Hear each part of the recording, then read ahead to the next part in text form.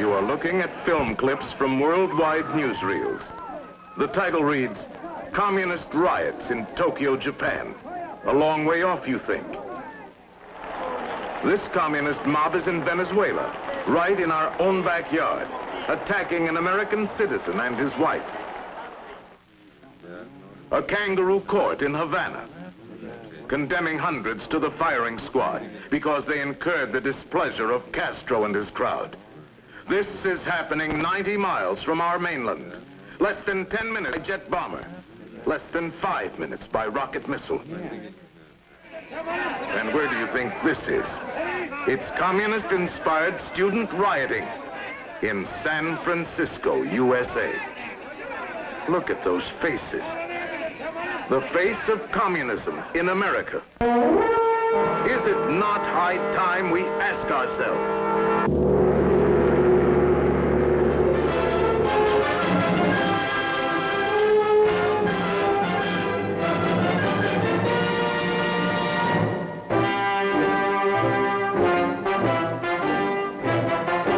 Ladies and gentlemen, Mr. Herbert A. Philbrick. What is communism? I've been on the inside of communism. I still have contacts. From this knowledge, I tell you as simply and seriously as I know how. Communism is a lying, dirty, shrewd, godless, murderous, determined, as J. Edgar Hoover says, a criminal conspiracy. I'm choosing these words deliberately. As I travel around, I still have people say, well, why are you so hard on communists?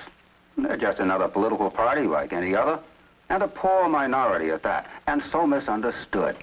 Well, we don't want them misunderstood, and that's why we're making this film. And that's why I say they are lying, and it is not an American political party like any other. It's an outlawed organization, taking its orders and instructions from another government to do everything possible to destroy our government. It's an international criminal conspiracy. In years to come, if democracy falls, historians are going to look back on this time in which we are now living, and are going to say, how could any free and intelligent people living in a country like America let a gang of vicious outsiders come in and take over? Well, of course, the only answer would be that most Americans didn't realize or couldn't believe until it was too late that communists are what they are. That's why I want to analyze those 3, 6, 9 words. And if you'll follow me, I'll guarantee that 10 minutes from now, a lot of you are going to have a new understanding of communism. Now, let's see if that isn't so. We start with lying. People wonder, how can a communist look you in the eye and tell one barefaced lie after another with a straight face, the way Gromyko did with President Kennedy on Cuba? Well, the explanation is simple. Lying doesn't mean the same thing to a real communist that it means to you and me. For 9 years, I walked streets like this to meet with other party members down dark hallways, behind closed doors, constantly changing meeting places to avoid suspicion. In musty attics or moldy basement rooms like this. We were taught by our communist leaders and ordered to believe that truth is anything that will promote communism. Therefore, nothing is a lie if it helps the party. So the communists use the lie as a weapon, a shield, and a tool. When you keep that in mind, at last you begin to understand them. When a smiling Khrushchev says the Russians in Cuba are technicians and farm helpers, well, you can suspect there are soldiers too. And when he says only defensive weapons were sent, well, you can suspect there are also intercontinental missiles and bombers. And when he says now they removed them all, well, what do you think? Since it is their sworn duty to tell us whatever will best serve their cause, we should always suspect they are lying. Lying is one of their best tools for playing dirty. Dirty, mean, despicable, ruthless. Slander, blackmail, corruption of character, to stock and trade. They recognize no such things as human dignity or any rights of the individual. Class hatred and open class warfare are their specialty. If they can get a few people killed, well, so much the better. As some were killed in this communist-incited race riot. At this, they are not only dirty, but they are oh so shrewd. Give them credit. They know Americans better than most Americans know communists. They are shrewd with words. How many Americans would volunteer for the Communist Army? Yet, many enlisted when it was called the Abraham Lincoln Brigade and went off to fight and die with the Communists in the Spanish Civil War. When, in 1943, for tactical reasons, the Communist Party eliminated the Young Communist League, it instantly became the American Youth for Democracy.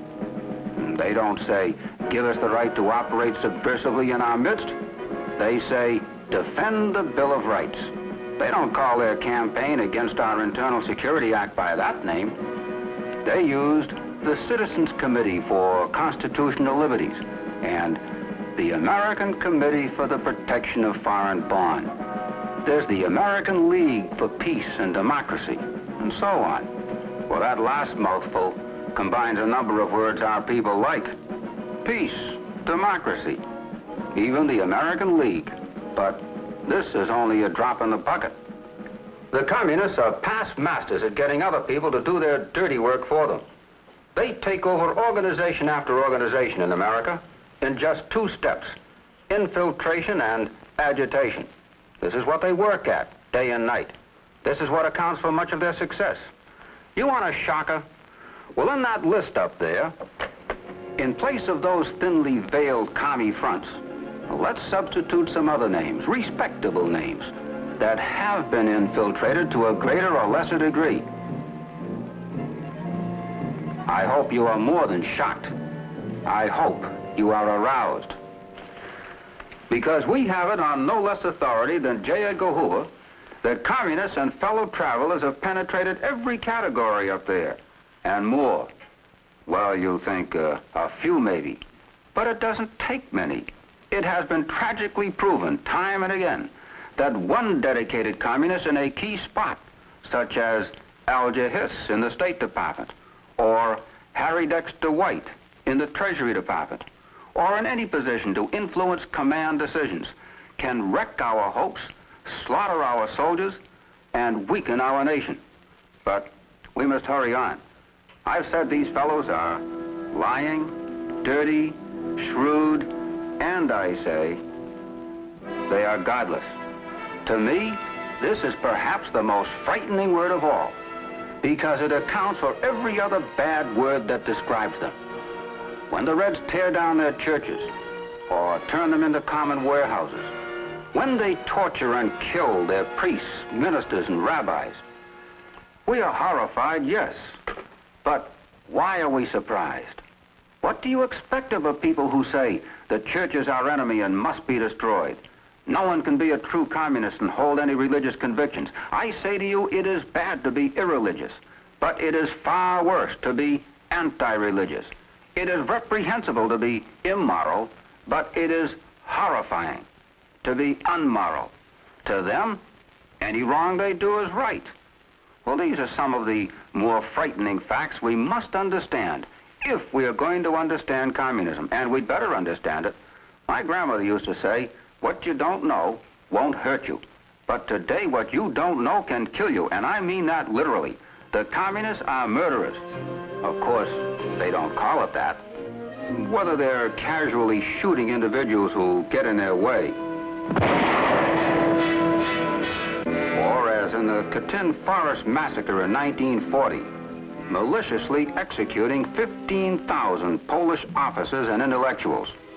In the words of an official United States Congressional Committee, the committee unanimously agrees that its investigation proves conclusively and irrevocably the Soviets' NKVD, the People's Commissariat of Internal Affairs, committed this massacre, a calculated plot to eliminate all Polish leaders who subsequently would have opposed the Soviets' plan for communizing Poland. This was plotted shortly after the Soviets' treacherous invasion of Poland in the fall of 1939. We'll not prolong these gruesome scenes taken from this official hearing and report of the United States Congressional Committee, but while you're recoiling from this sight, save a little shudder for yourself. Why? Because this is part of what is planned for you. Yes, the communists have plans for you. As soon as they're in power, they will arrest many of you, seize your property. If you're important enough, they will shoot you, along with all community leaders. The rest of you will be regimented, and some of you forced into slave labor. This is the planned, plotted, tested program they are determined to execute in this country, as they already have in many others. Don't think for a minute their program is on a take-it-or-leave-it basis. When you see where the Reds have grabbed a new slice of territory here or a whole nation there, well, don't tranquilize yourself with the thought that this will satisfy them.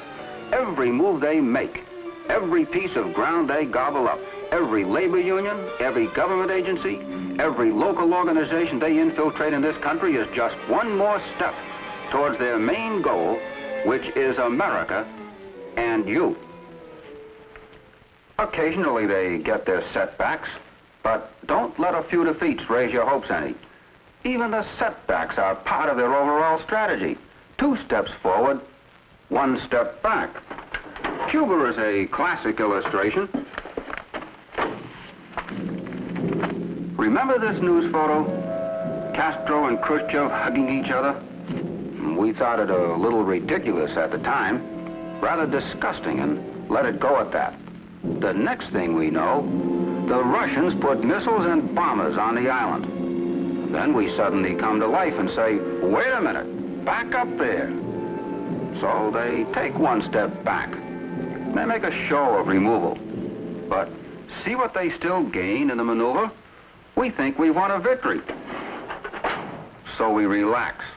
And they end up with who knows how many missiles and bases and military personnel established 90 miles off our coast. Well, that's the story of our experience with the communists.